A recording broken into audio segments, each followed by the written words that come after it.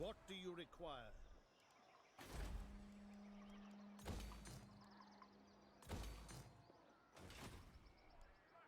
Cleanse the Empire.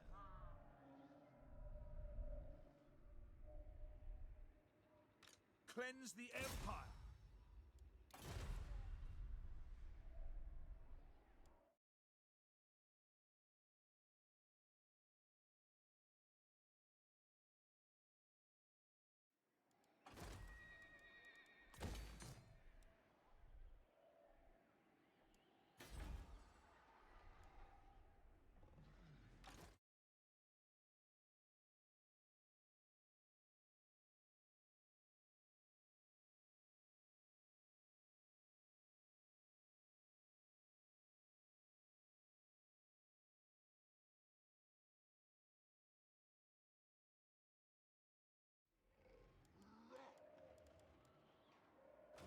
What?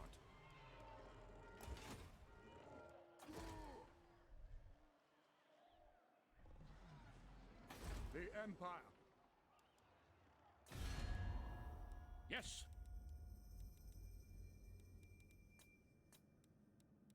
Who calls? Sigma's will. So, I will not believe a word you say, but speak anyway. Anat. Greetings, manlings. No. ready. Honor to your ancestors.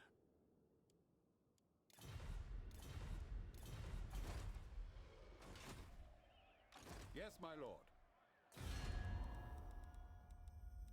All right. Greetings, stranger. Not likely. What? Who calls? Welcome, my countrymen. Right. The Empire. Welcome, my countrymen. Affirmative. Ready. Anad. To the provinces.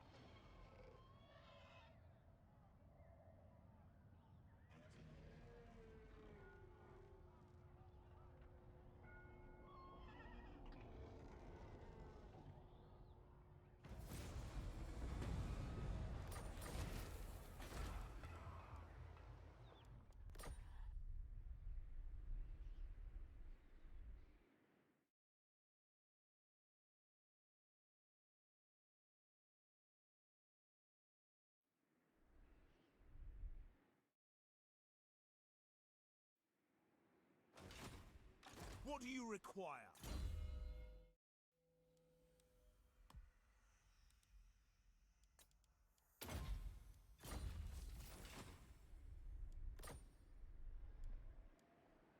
Let us forge our faith.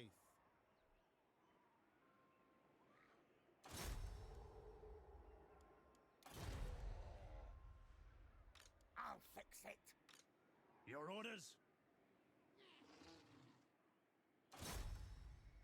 Die! By the comet! Yes, a sound plan.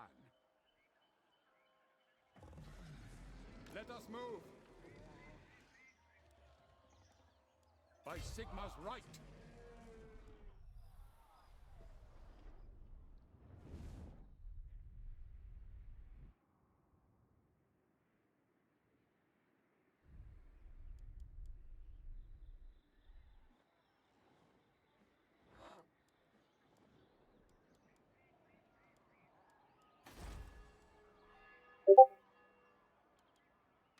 So,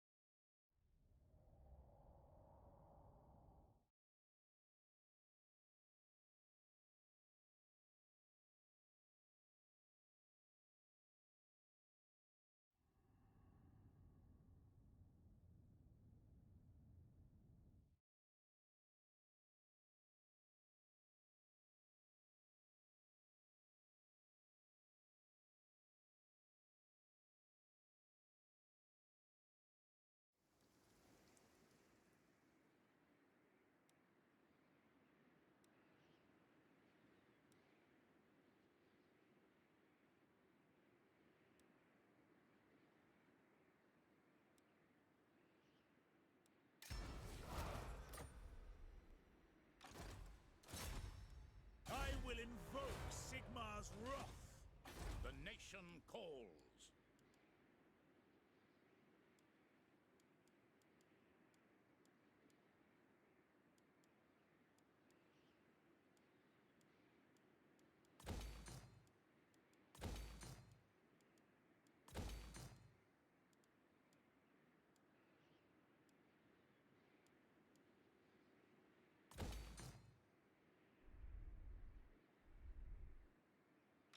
Ready.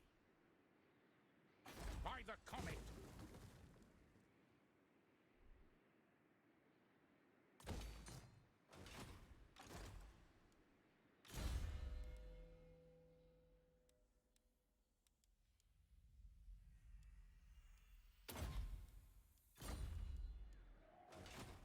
What does the Emperor bid?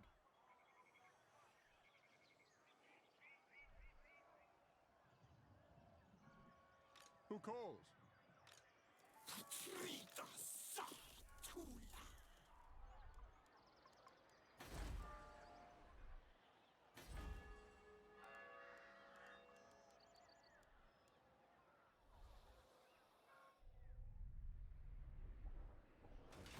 I serve Sigma.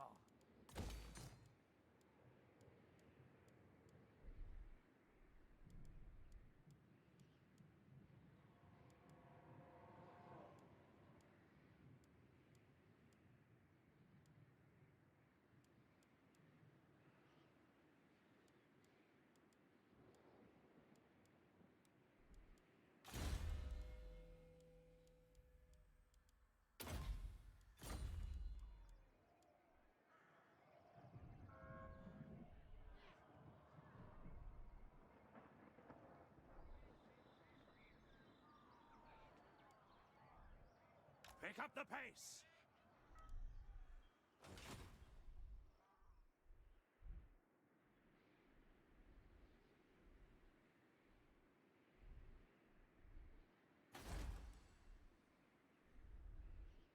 The Empire!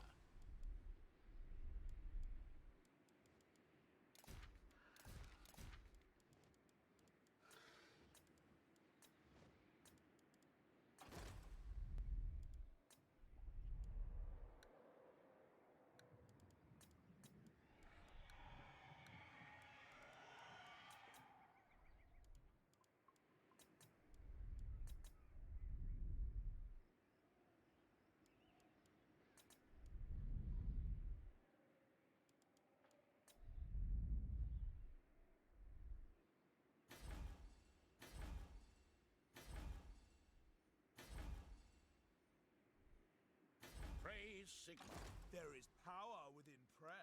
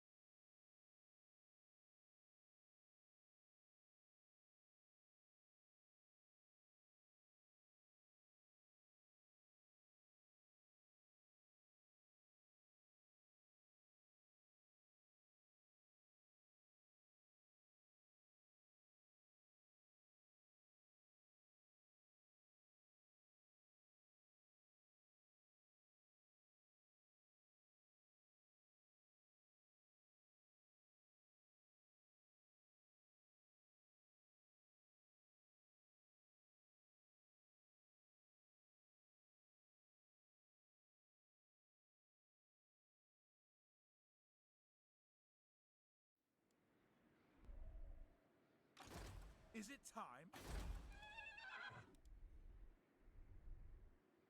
Who calls?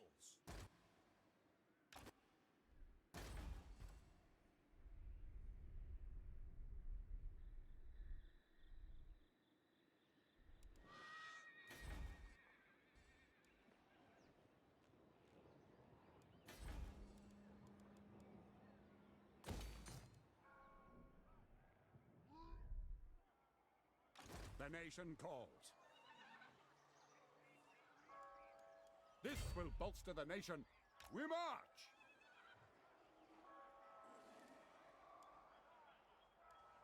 To strengthen the Empire. Yes, a sound plan. By Sigma's right. This will bolster the nation. Moving off! Sigma compels us.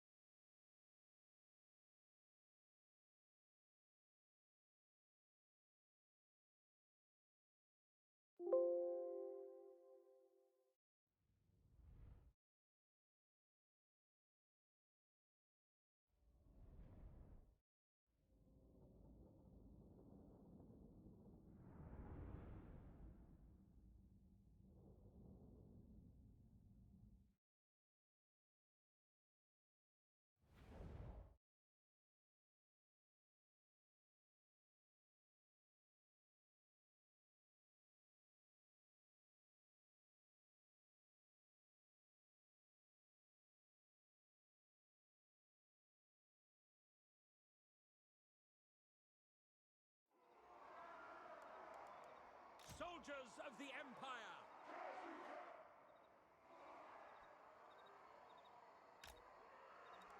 Sigma commands! Take aim! Ready! Armed and ready!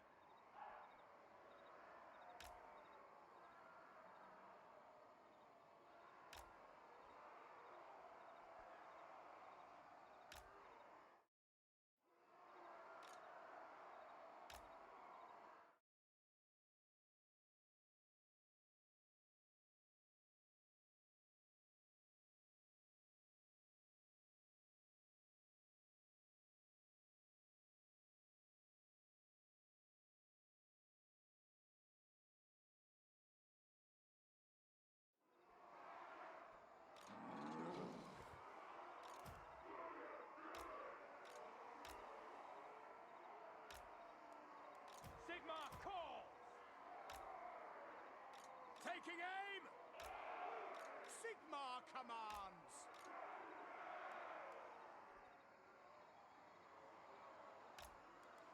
Awaiting command! Ready for war! Yes, sir!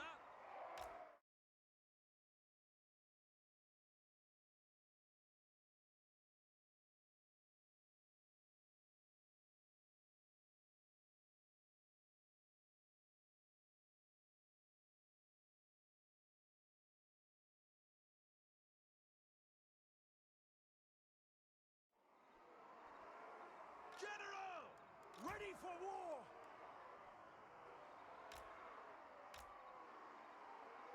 do you bid?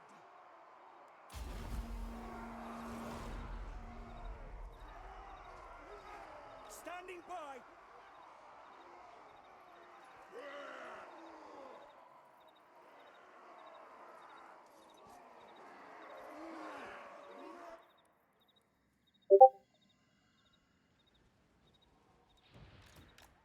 Ready for war. Take the ground.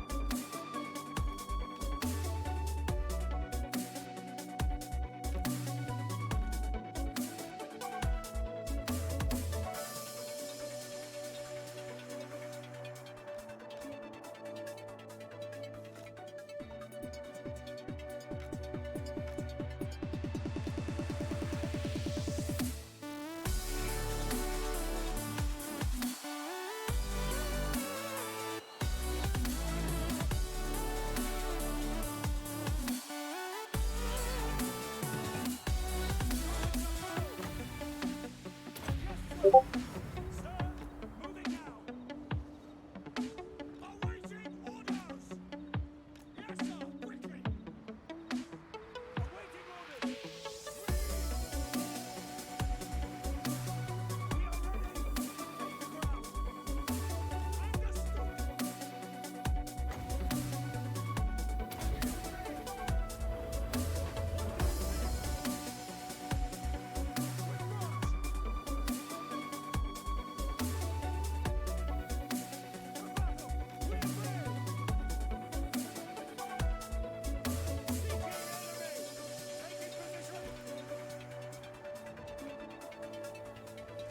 We are ready.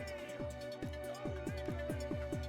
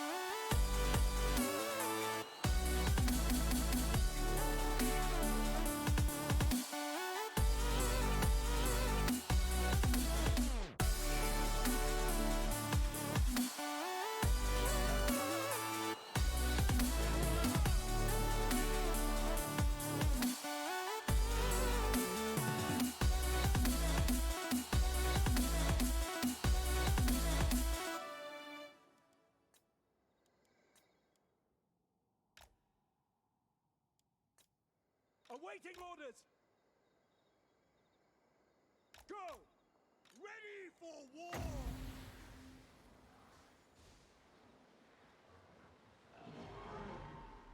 Yes, sir!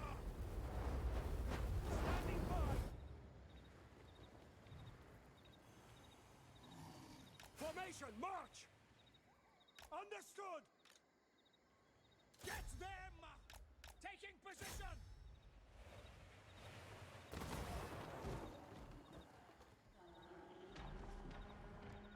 Moving now! Formation, march! At speed!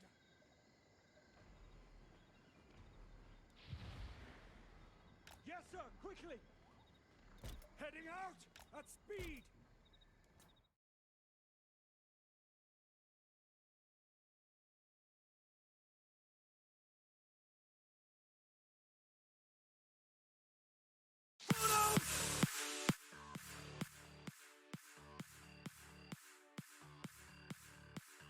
Someone get it!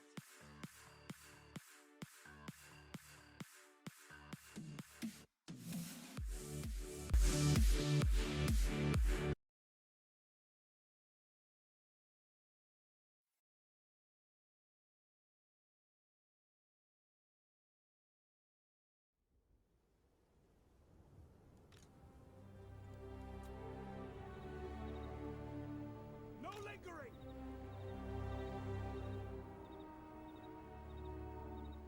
Quick march!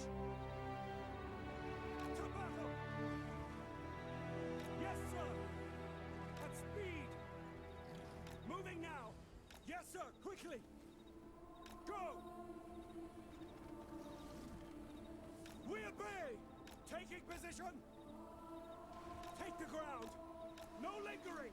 Formation, march! To battle! Go!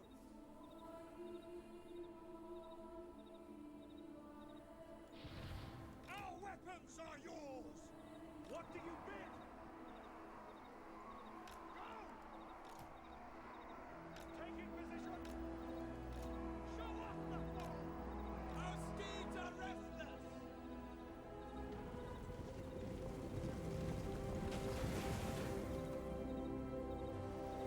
Standing by! Quick march! Quick march! At speed! Taking position! No lingering! Formation, march! To battle! Understood! Take the ground!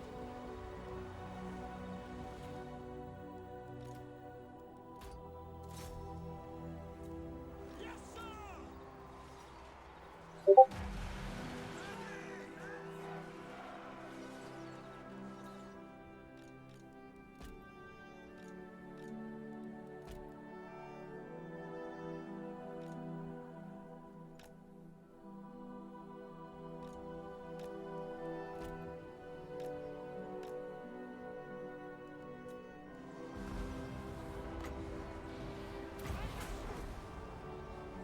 Ready for war!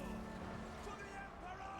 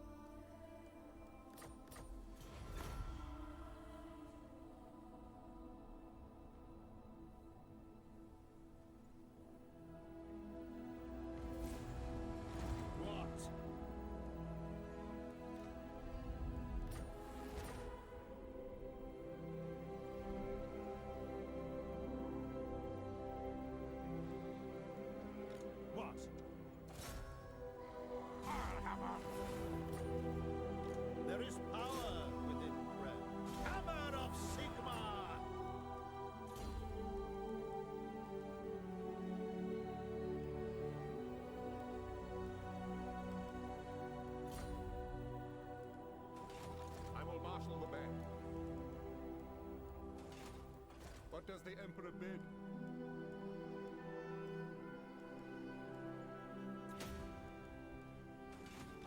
Yes, my lord.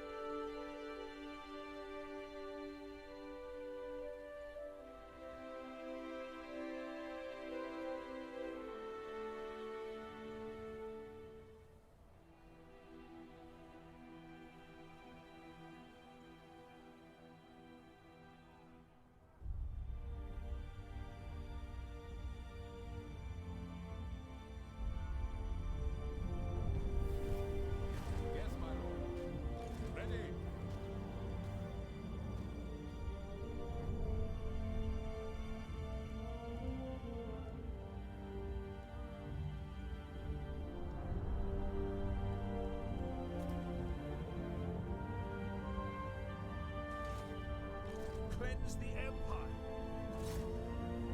Healing call.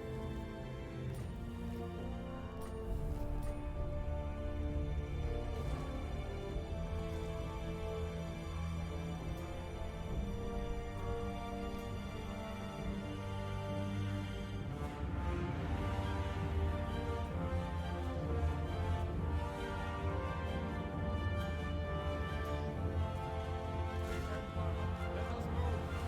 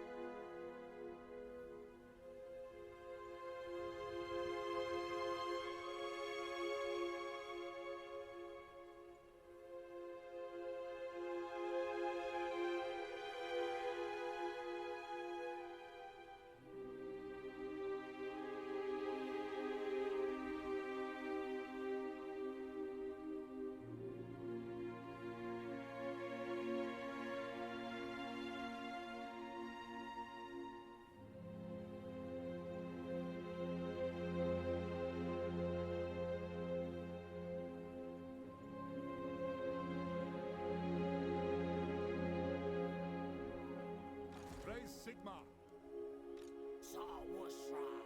I will marshal the men. Who calls? Hit 'em hard and fast. Your orders? Ready. Fear us. Never. The nation falls.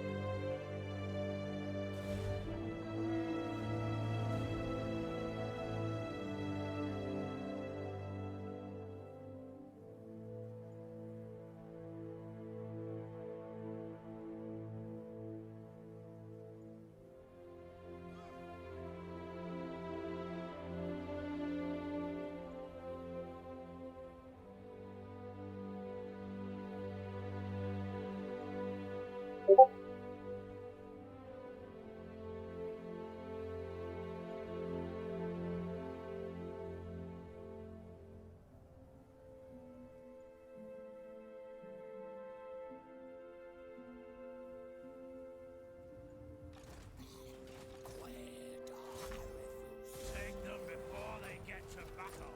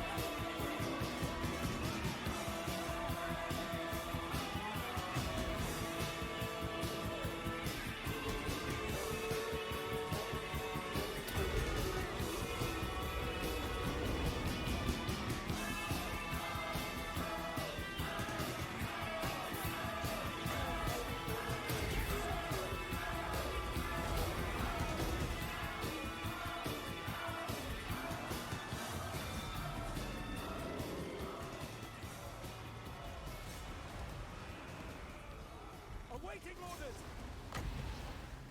Yes, sir! The Empire endures! Prepare for combat!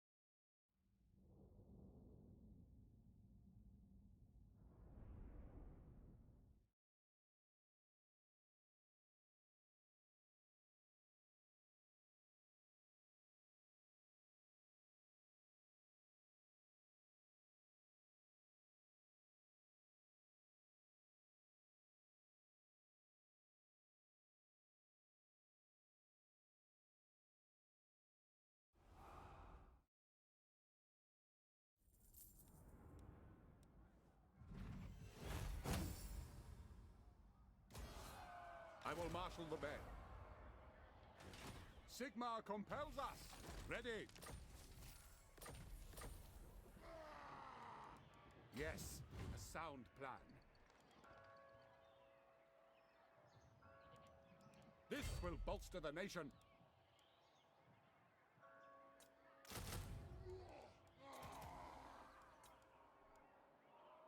Move!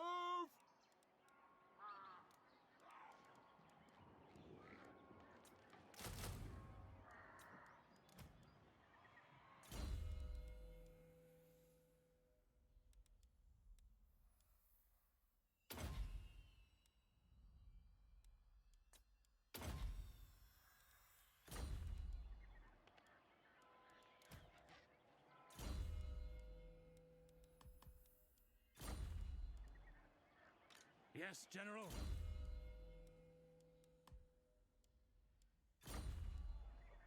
Cleanse the Empire.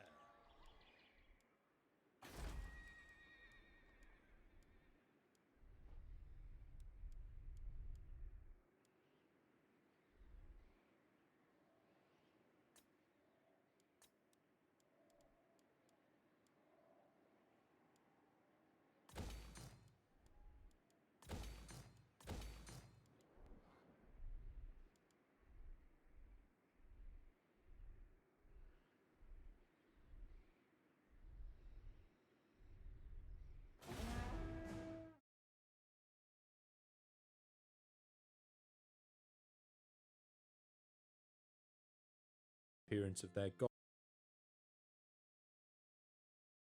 within his temple, an event that they would celebrate with more lyre playing and ritual dancing. This fragment marks the first mention of any form of priesthood or temple attributed to Atlantic Europe, along with any description of celestial worship.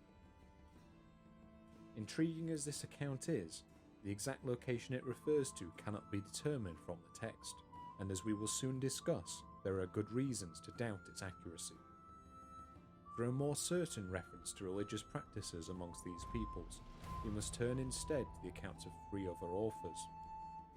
The first is that of the 4th century BC philosopher Sopater, whose work survives as a fragment in the account of the late 2nd century AD author Athenaeus. In his account, Sopater relates that it is the custom of the Celts to sacrifice prisoners captured in battle to their gods, implying that this takes the form of ritual burning. The second account is that of the early 3rd century BC author Timaeus. In an excerpt from his lost works related to us by Diodorus, he states that the Celtic peoples living on the shores of the Mediterranean venerated the twin gods known as the Dioscuri, and held the ancient tradition that these gods came to them from the ocean. Our third account is that of the otherwise obscure Eudoxius of Rhodes in the late 3rd century BC, who states that the Gauls would respond to invasions of their land by swarms of locusts, by offering prayers and sacrifices, which would in turn attract flocks of birds to destroy the locusts. Eudoxius also tells us that the punishment for any man who captured one of these birds had to be death, or else the birds would not respond if called upon once again.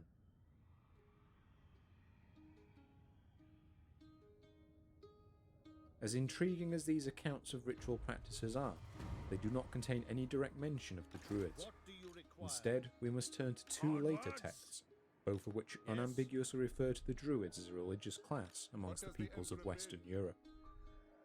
As with many others, the original accounts have been lost, existing only as 2 brief references in the work of the later Greek author Diogenes Laertius. Consider yourself lucky that we didn't In his simply life of tolerate eminent the philosophers, he refers briefly to the work of the 2nd century BC Greek author Sotion of Alexandria, along with a book of magic that at the time was widely attributed to Aristotle. Here our first mention of the Druids can be found, with them being described simply as the holy men and the philosophers of the Celts, featuring alongside those of the Persians, the Babylonians and the Indians. Compared with these other groups, their references are slim, but we do have one important passage that gives us our first glimpse at their teachings.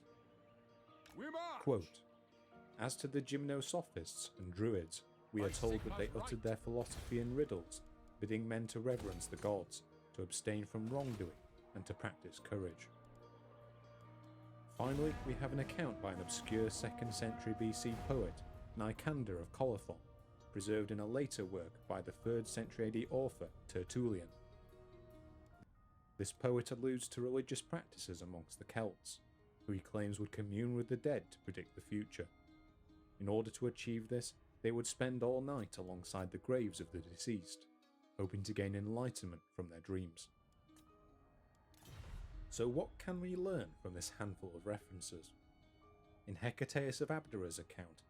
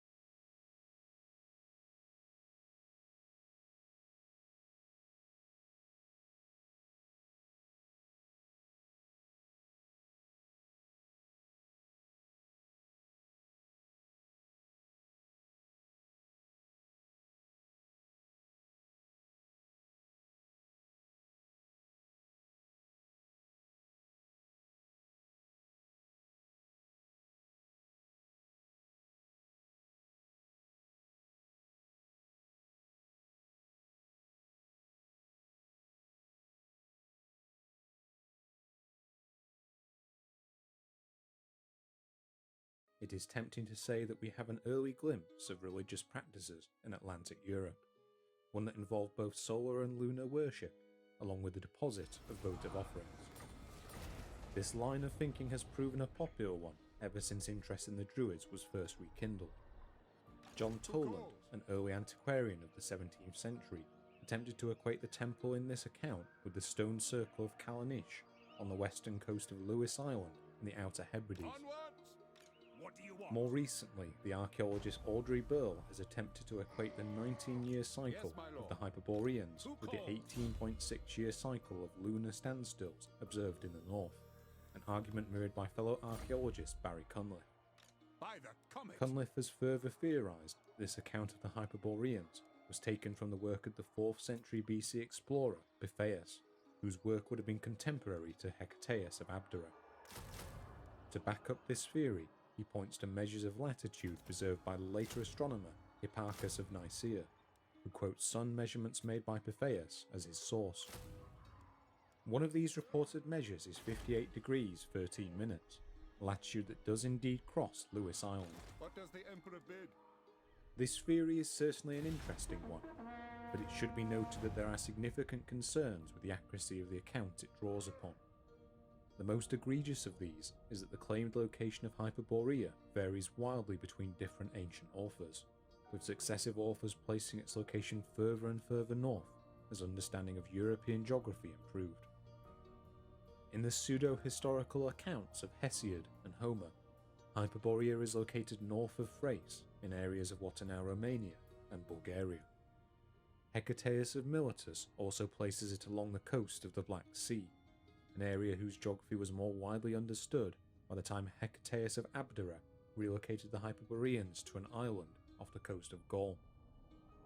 By the time of the 2nd century AD author Ptolemy, who composed his maps when accounts of Britain were more widely known, the location of the Hyperboreans had changed again, this time to a location in the North Sea above Ireland. This repeated change in location has led many authors to consider the Hyperboreans more mythical than historical. This otherworldliness is even hinted at by the 5th century BC Greek poet Pindar in the following lines of his Pythian ode.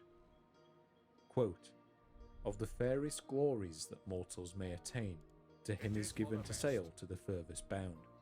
Yet neither ship nor marching feet may find the wondrous way to the gatherings of the Hyperborean people." This will bolster the nation. It should also be noted that the main author to preserve Hecataeus' account is Diodorus of Sicily, who also provided separate descriptions of the peoples of Britain in his Bibliotheca Historica. These descriptions, which likely originate with Pythias himself, contain no mention of the Hyperboreans and employ a distinctly separate set of terminology. Based on these arguments, it seems unlikely that Hecataeus' passages on the Hyperboreans originate from Pythias, though it remains possible that he did indeed visit Lewis Island. So putting aside this account, what can we glean about the Druids from these remaining authors?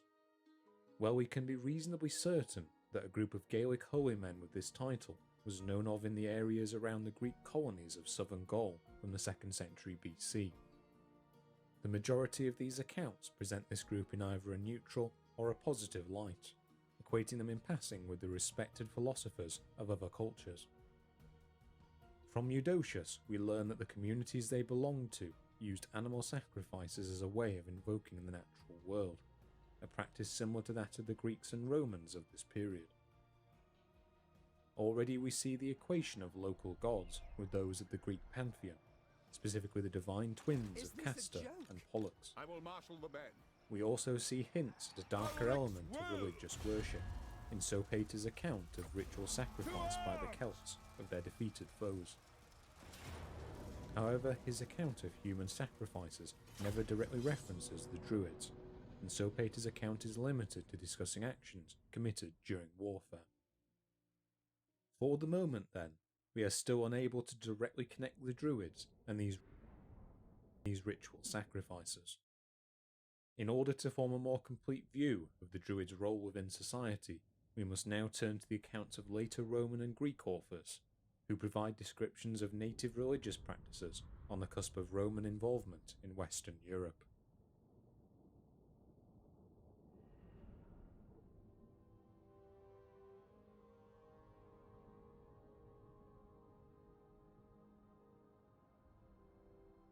By the midpoint of the 2nd century BC, the rivalry between the Western Mediterranean powers of Carthage and Rome was reaching its climax. Since the midpoint of the 3rd century BC, the two had been locked in an escalating cycle of political and military conflicts, including 2 major wars over their respective territories in Sicily, Corsica, and Sardinia. The second of these Punic Wars would end in 201 BC with a decisive victory by Rome, after which Carthage was forced to give up its European territories. As a result of this victory, Rome found itself in possession of vast swathes of eastern and southern Iberia, much of which had until recently been controlled by its indigenous people. Over the next 80 years, Rome would struggle to subjugate this territory, and soon a new overland trade route formed across southern Gaul to allow both armies and goods to reach Iberia. These trade caravans would quickly prove a tempting target for the local Ligurian tribes, and after repeated raids throughout the first half of the 2nd century BC, a Ligurian group by the name of the Saluvi began to pose a serious threat to the Roman allied city of Massalotes. In 125 BC, repeated appeals for aid from the Massaliots led to a Roman military intervention in the region.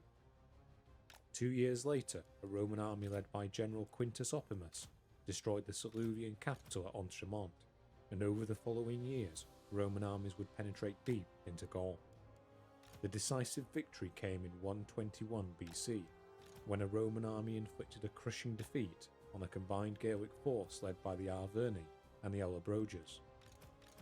This victory ended any immediate threat to Roman trade routes, and brought the lands of the Ligurians and the Allobroges under Roman control. In the process, Rome also received a small strip of coastal land from Massalotes, on which they constructed a road named the Via Domitia to link Italy and Hispania. Over the next few decades, this collective territory came to form the new Roman province of Transalpine Gaul, putting Roman citizens in direct contact with its native peoples. It was amongst this backdrop of increasing Roman control that a Syrian-born philosopher by the name of Posidonius made a journey throughout southern Gaul. Considered the leading polymath of his day, Posidonius was a highly acclaimed Stoic philosopher, who also compiled a vast number of works on subjects such as geography, mathematics, history, physics, and astronomy. After taking up residence in Rhodes around the beginning of the 1st century BC, he made a series of journeys around the Roman world, one of which included travel through the developing province of Transalpina. After returning to Rhodes,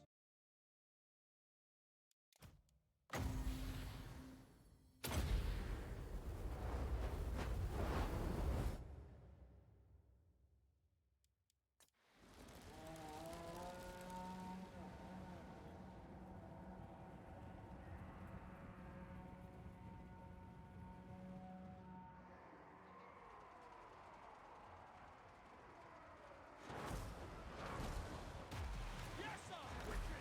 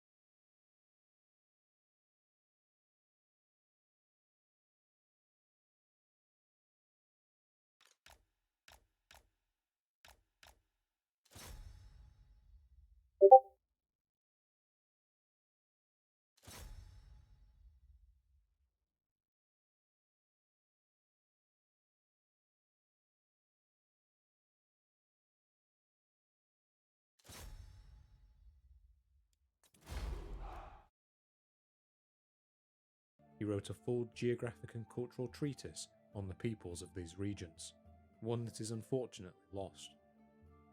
Luckily for modern scholars, however, Posidonius's preeminence as an author meant that many later Roman writers quoted his work in their own histories, both with and without credit. This was the case with both Strabo and Diodorus of Sicily, and it is also likely that sections of Caesar's account were inspired by Posidonius. For this reason, scholars sometimes refer to these three authors as belonging to the Posidonian school of discussion on the Druids. On one hand, these authors portray the Druids as the undisputed religious elite of the peoples of Gaul and Britain, as the holders of a vast body of teachings on cosmology and herbal medicine, and as the judges of Gaelic society. Conversely, they are also presented in line with Sopater's account as the overseers of human sacrifice, a practice that contemporary Roman society would have considered barbaric. We will examine what survives of Posidonius's writings in due course, but first, let us start with the most authoritative account of the Druids to survive.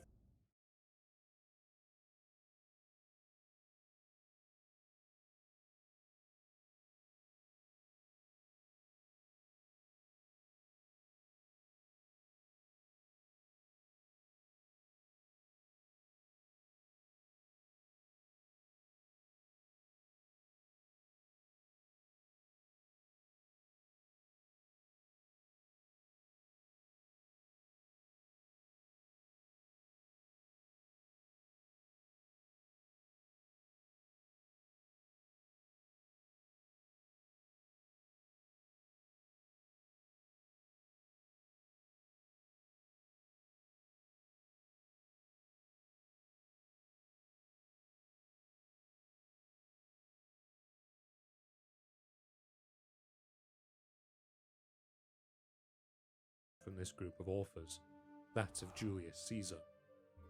Writing 50 years after Posidonius, Yes, my lord. the Gaul that Caesar would have been familiar with was one radically changed from only half a century earlier. In that time, concern had only risen within Roman society regarding the Gallic terror, the encroaching threat of northern Gallic What tribes does the on Italy. emperor bid? These fears were further exacerbated by the migration of new groups of Germanic peoples through Gaul, including the Cimbri, the Ambrones, and the Teutones, each of which would launch raids on Roman territory during the last decade of the 2nd century Raise BC. Sigma. These invaders were Sigma's eventually right. defeated in 101 To BC, strengthen the empire. when Roman forces led by Caesar's uncle Gaius Marius all but wiped out the Teutones and the Cimbri. Despite these will marshal the victories, men. the independent It is for peoples the of best. northern Gaul remained a source of Sigma anxiety compels us. for the Roman world, one that Caesar would exploit in launching his conquest of the region from 58 Pick up the BC pace. onwards. It is at the conclusion of this campaign, some 8 years later, that he wrote and published an account of his time in Gaul. In addition to the straightforward description of his military exploits, Caesar included descriptions of Gallic society in which the Druids were portrayed prominently. If we follow his account, then the Druids were one of two elite groups within Gallic society, with the other being referred to as either the Knights or the Warriors. Here their duties included religious matters, private sacrifices and divination, as well as acting as the judges of any crimes or disputes. In times of war, these Druids were also exempt from combat or taxation, and it was this exemption that guaranteed them many students. According to Caesar, it took 20 years of teaching to become a Druid, and many who sought their instruction would travel to Britain in the course of their teachings, as it is here that he claims Druidic thought originated. Of their religious beliefs, he writes that the Druids' cardinal teaching was that the soul did not perish upon death, but instead passed to another body, a teaching that aided them in encouraging fearlessness amongst their warriors. Caesar also writes that their disciples were educated on an extensive range of topics, including astronomy, the order of the natural world, and the power of the immortal gods. However, they also placed a prescription on writing down these teachings, firstly to prevent transition of their secrets, and second to improve their skills of memorization. Most interestingly, he also describes the Druids of Gaul as serving a single leader, who was elected by his fellows, though his position could also be claimed by armed conflict if the succession was contested. Caesar goes on to state that the Druids would gather annually in the lands of the Carnians, where they would pronounce judgment on disputes gathered from the whole of Gaul.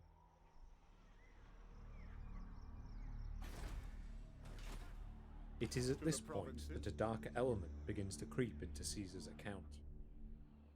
After giving a brief overview of the role of the knights within Gallic society, he suddenly shifts into a description of human sacrifices amongst the Gauls, at which he states the Druids acted as the chief ministers. Here we can find perhaps the most iconic descriptions of Druidic practices. After stating that Gauls afflicted with illnesses or facing battle would conduct human sacrifices to avoid angering the gods, he elaborates that in some places these sacrifices were conducted by building enormous wooden figures, which would then be filled with sacrificial victims and set alight. Often the victims consigned to these wicker men consisted of thieves or other criminals, but innocents were sometimes used if the supply of the condemned ran low. Caesar finishes by outlining the Gallic pantheon, one that he equates directly to specific Roman gods. A sound plan. If we are to believe him, then the chief Gallic deity was Mercury, who was said to be the inventor of all arts, the patron of travellers, and the god of money and trade. In addition, he also lists Apollo, Mars, Jupiter, and Minerva as being revered amongst the Gauls, with them placing special reverence on Mars, the god of war. He relates that prior to going into battle, the Gauls would dedicate the spoils to Mars, and in the event of a victory, they would sacrifice any captives in his honour, then deposit the spoils in a sacred location. What do you require? Caesar concludes by stating that the Druids taught that the Gauls were descended from the god of the underworld, and that as such they would measure time by the passing of nights rather than days. It is tempting to accept Caesar's account as verbatim, given the extent of his first-hand knowledge of Gaul and Britain, Cleanse the and indeed we empire. must concede that much of his description of Gallic society is likely to be accurate. There are good reasons, however, to doubt at least some elements of his description. For example, there are contradictory details to be found in Caesar's account, such as his claim that the powers of the Druids were enhanced in emergencies, but that they also held aloof from war. Indeed, this second claim clashes with a contemporary Roman account, which dates from roughly a decade prior. It can be found in the writings of Cicero, a prominent Roman statesman and political rival of Caesar, who would later be executed on the instruction of his successors, Mark Antony and Octavian. In a passage of his work on divination, he informs us that he can attest to the presence of such practices amongst the Druids, having met one himself in Rome. This Druid, who was known as Divisiacus, is described as using augury, a practice wherein the movement of birds was interpreted to predict the future, along with all other forms of natural phenomena. This same Divisiacus would appear in Caesar's account, this time listed not as a Druid, but as a leading aristocrat and ally of Rome. If this is correct, then Cicero's account jars with Caesar's description of the Druids as a class that held aloof from warfare, and suggests a degree of crossover between their duties and those of the resident nobility. It should be noted, though, that Cicero's writings match other details of Caesar's account, such as the presence of human sacrifice amongst the Gauls. Finally, we should also remember that Caesar was a highly ambitious individual, one who would have known only too well how to play to his Roman audience. The picture he paints of the peoples he successfully subjugated, including those of Gaul and coastal Britain, is often that of a near-civilized people, containing elements familiar to Roman society, such as an organized priesthood and noble class. Roman deities are presented as familiar to the people of Gaul, as was the conducting of proper animal sacrifice, an important element of Roman religion. But in the case of peoples that remain beyond his rule, he instead portrays society far beyond the normality of Roman society.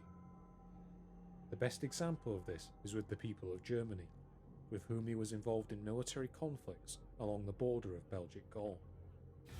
Here he lists his opponents as unrestrained barbarians, unfamiliar with the Roman gods or proper forms of worship, and lacking the druids of their western neighbours. He even portrays them as being ignorant of agriculture, a claim he extends to the people of the interior of Britain, and one that is known from the archaeological record to be false.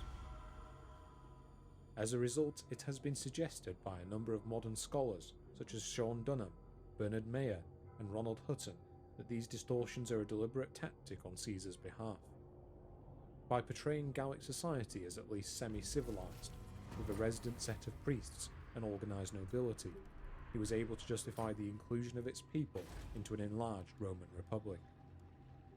Conversely, by portraying the Germans and the British as ungovernable savages, Caesar draws a useful line between them and the peoples he had been able to subjugate, one that provides ample explanation for his failure to extend Roman rule to these regions. Come, men, forward! This tendency for manipulation was indeed well known to Caesar's contemporaries, including the historian Gaius Asinius Pollio, who stated that Caesar was too quick to believe others' accounts of their actions, and to give a false account of his own actions, either on purpose or through forgetfulness. Yes, my lord. Moving beyond Caesar's By account, Sigma's right. we must jump forward a few decades to Raise find our your next weapons! mention of the Druids. In this time, the structure of the Roman world had Into changed battle! dramatically. In the wake of Caesar's assassination in 44 BC, an alliance had emerged between his political heir, Octavian, and the Roman generals Mark Antony and Marcus Aemilius Lepidus. This alliance, dubbed the Second Triumvirate, would govern the Roman state until 33 BC, when relations between Octavian and Antony broke down. The resulting war ended with Octavian's decisive victory at the Battle of Actium, after which Antony committed suicide. Now the undisputed master of the Roman world, Octavian would formalise his position through the acquisition of ever greater senatorial powers, whilst keeping the outer facade of the Republic intact. In 27 BC, he and the Senate formulated what would be known as the First Settlement, bestowing upon Octavian the title of Augustus, the Illustrious One, along with the title by which he and his regime would come to be known. Princeps, the First Citizen. For all intents and purposes, the Roman Empire had begun. It is amongst the backdrop of this shift from Republic to Empire that our next accounts of the Druids emerge, those of the Greek authors Strabo and Diodorus of Sicily. Both men resided in parts of the Mediterranean under Roman control, and their accounts are clearly influenced by that of Caesar before them. Whilst they agree with the general picture painted by Caesar of the Druids, they also introduce a number of contradictory details. It has been suggested that these new details originate from Posidonius, who Strabo references in his account, though not in passages related to the Druids. Of the two, it is Diodorus that provides the most in-depth description of the Druids' religious practices in his Bibliotheca Historica. He begins by echoing Caesar, describing votive deposits of gold made by the Gauls to honour their gods. He then adds a detail not mentioned by Caesar, stating that the Gallic teaching that souls pass to another body upon death is derived from that of Pythagoras, a Greek philosopher that founded a school in southern Italy sometime in the late 6th century BC. So much did this belief prevail amongst the Gauls that, according to Diodorus, they would cast letters onto the pyres of their deceased kinsmen, so that the dead would be able to read What do these you letters. require? This identification of Druidic teachings with that of Pythagoras has posed difficulties for modern scholars. Almost all contemporary accounts of his life and teachings are now lost, and what accounts do remain are largely satirical in nature. Both Xenophanes and Heraclitus, writing in the early 5th century BC, mock Pythagoras for believing in reincarnation, with Xenophanes relating that Pythagoras once intervened to prevent a dog from being beaten, as he believed he had heard the voice of a deceased friend in its howls. A brief mention of Pythagoras is repeated half a century later by Herodotus, who again mentions him in relation to Thracian beliefs on immortality. By the time of Diodorus, however, his school had become associated with a wide range of teachings on lifestyle, mathematics, and metaphysics, many of which are now known to be contradictory. One consistent thread of thought associated with Pythagoras, however, is the belief in transmutation, the idea that upon death, a person's soul would be reborn in a new body. Sir? This idea would have been considered a highly unusual one amongst mainstream Greek and Roman thought, amongst which it was commonly held that the dead departed to the underworld. Diodorus's resulting equation of Pythagorean teachings with those of the Druids is likely due to it being the most recognisable example of teachings on immortality in the Roman and Greek world of the period, rather than there being any genuine link between the peoples of Gaul and Pythagoras' teachings. Moving on from Pythagoras, Diodorus adds another detail also not found in Caesar's account, stating that the Gauls would preserve the heads of their most distinguished enemies in cedar oil for display. This account is also found in Strabo's work, the Geographia, where he states Posidonius as having observed the practice firsthand, to his evident Deliver your disgust. missive and then get from my... Both authors relate this headhunting activity as part of the boastful nature of Gallic society, a trait that would have been considered a sign of pomposity and barbarism to the Mediterranean world. Diodorus then goes on to contradict Caesar by detailing the present